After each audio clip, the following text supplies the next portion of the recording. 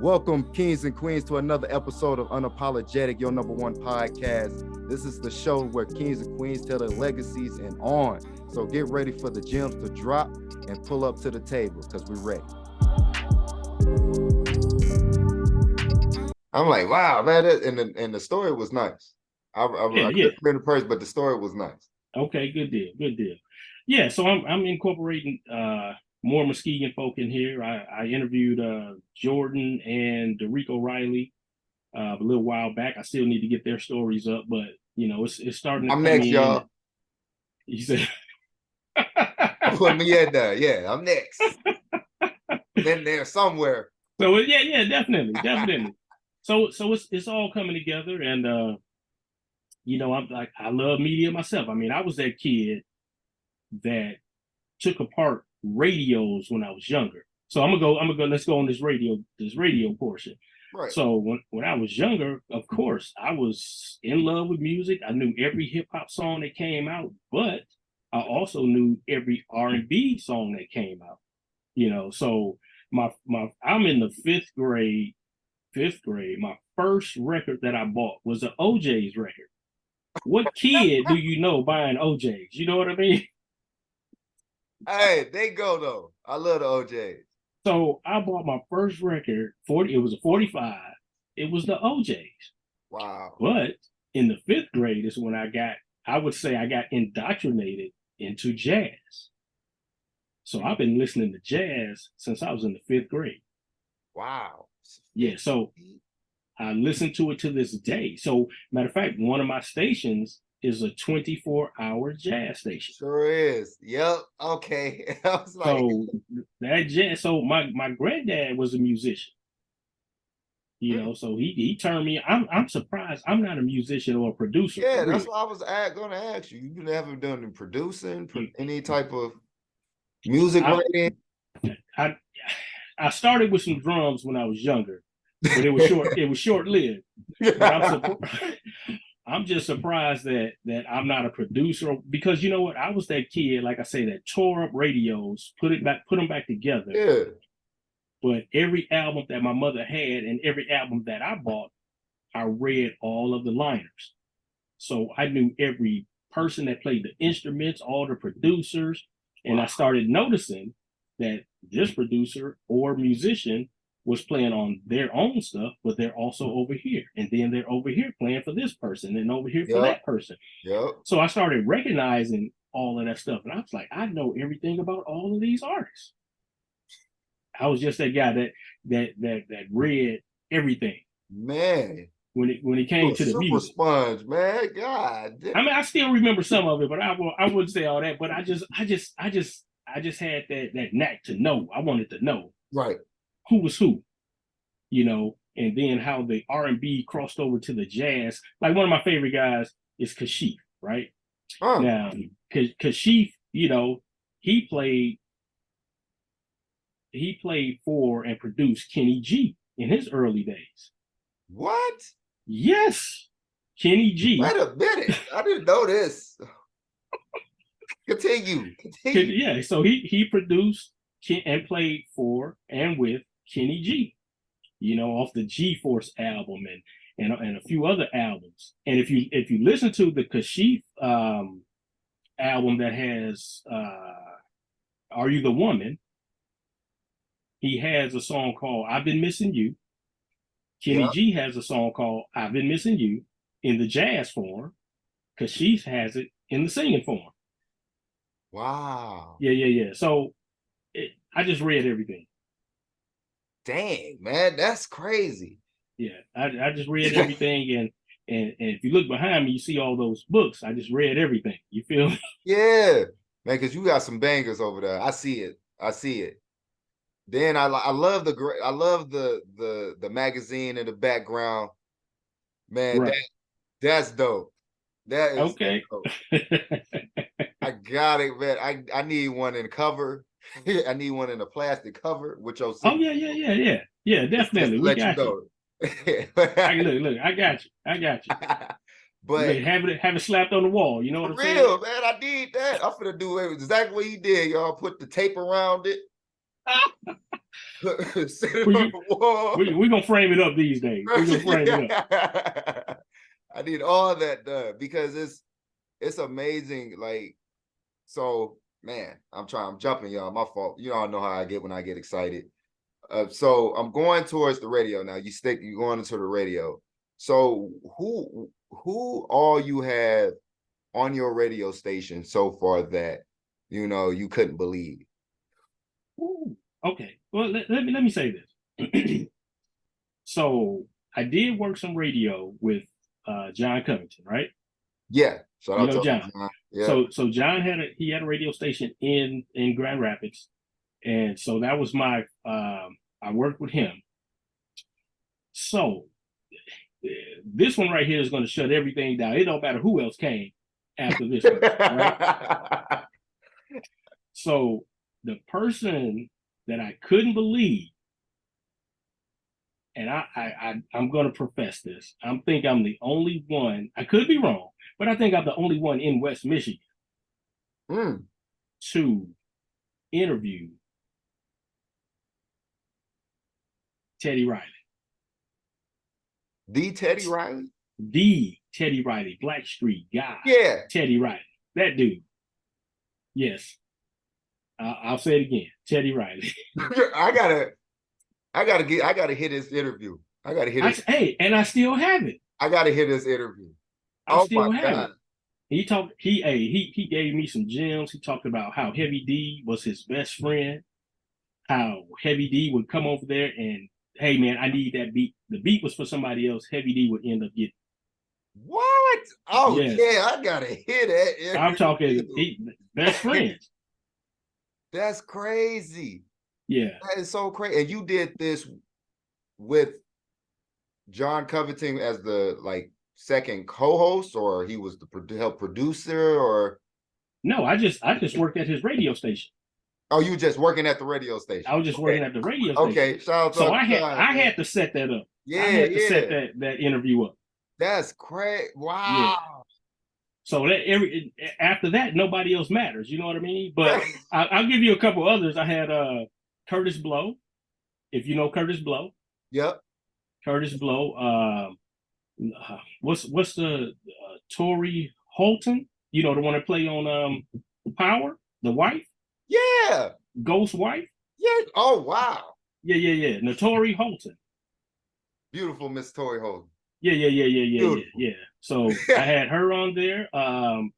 If you know the main source, you know those guys, New York. What, Lars Professor?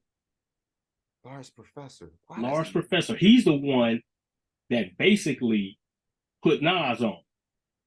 Oh wow. Yes. Now hold up. Yeah, between Lars and Teddy. Yeah. Yeah, you say yeah. That's that's a hard one for me, y'all. I ain't gonna. Okay. Yeah, because Nas the good man. Nas is one of my favorite artists ever. Okay. Right. Ever. That is crazy. Yep. So and it's been a whole lot of others, you know. And like I say, I've talked to Rakim. I don't need nobody else. No offense. Yeah, exactly. I salute y'all, but that's crazy. Since we got to have a sit down with a glass or something. Man, this is too exclusive. Bring it on. Yeah. Too exclusive. So with that being said, what other pinnacle that you're trying to reach beyond this? Because it's like after a while, it's like, how can I reach even higher than I'm already touching? Man, you touching the cloud 12. Forget 9.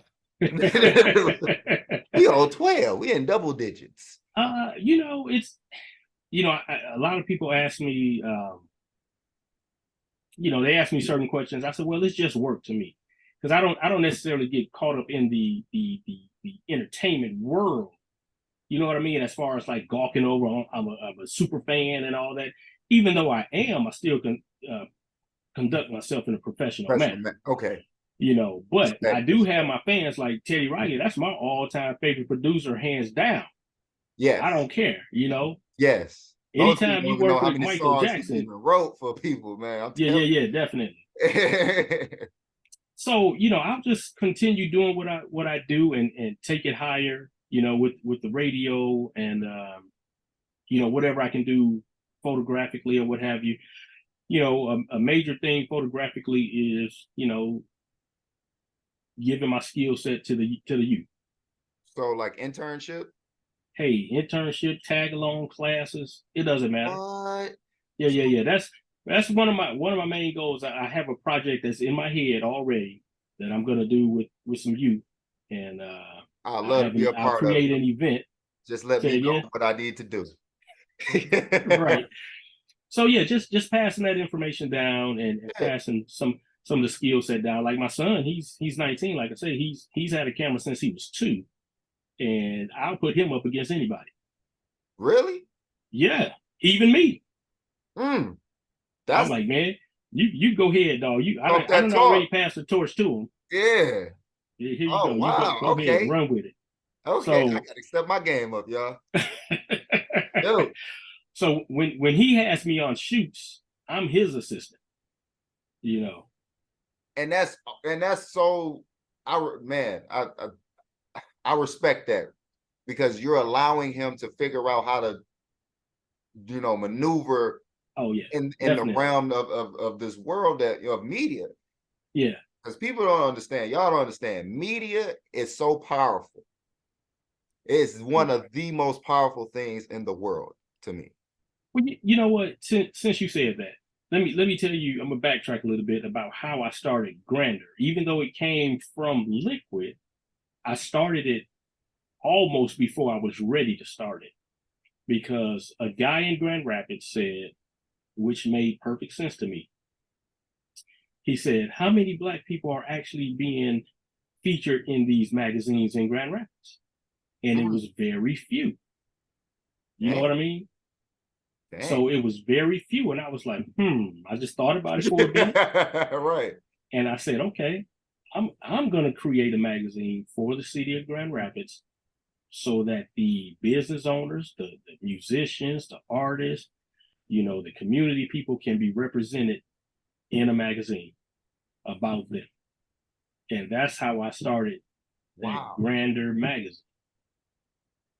Wow. Okay. If this almost feel like how Unapologetic was started. It's Okay.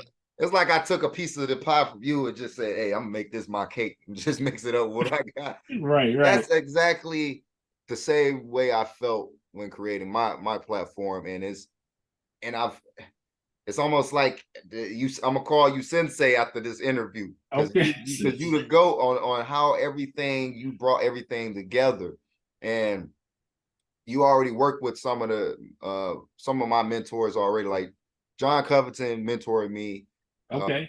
PA helped mentor Yeah, me. definitely. And it just keeps growing, and it's Right. the knowledge is so vast between you guys that the last time I think I talked to Uncle John was at his birthday party, and he was like, "Man, I'm learning and growing every day." That's Right. the last thing he told. I Right. said, "Okay, all right," and I see that, and I hear that from you as well because of even though you have hell, shit, in my opinion, reached the pinnacle of where a lot of us in this realm want to be. You still are I seeing me eye to eye. You know what I'm saying? Right. Most people Right. get to a level where oh, well, I don't need to talk. You're not worth my time. Or, Mm. it's like, okay, listen, man, I respect it that you put in the work, but you got to remember where it came from.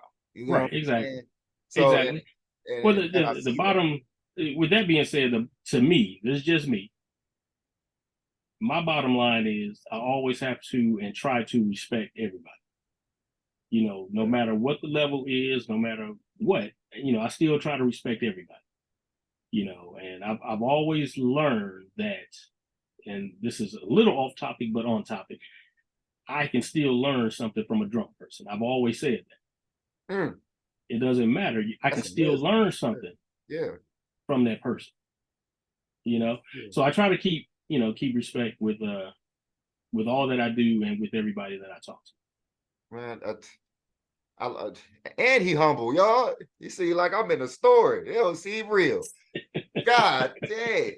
Look, I have just a few more questions. I know. I'm sorry. But man, it's fascinating to hear another king like yourself, you know, passing the torch not just to your son, but to the sons and daughters of others. And the one thing I always try to figure out with a person who has made their passion into a legacy is what is the biggest takeaway that you want a person like myself to get from you, learning from you? You get what I'm saying? What is that, you know, that meat and potatoes out of a conversation? I guess I would say the process is what I would want people to take, or want you to take from this, because you still have to go through the process no matter what. Even if I gave you all the information, even if I showed you how to do it, you still have to do it. If that makes sense. Facts. Facts. So to the process, because it's kind of like when I was younger, my mother would tell me something, it wouldn't apply to me at that time until later on, because I had to go through whatever I had to go through, and then all of a sudden, yeah, I went through that the other day. You know, I went through that the other day. So then it hits you later on.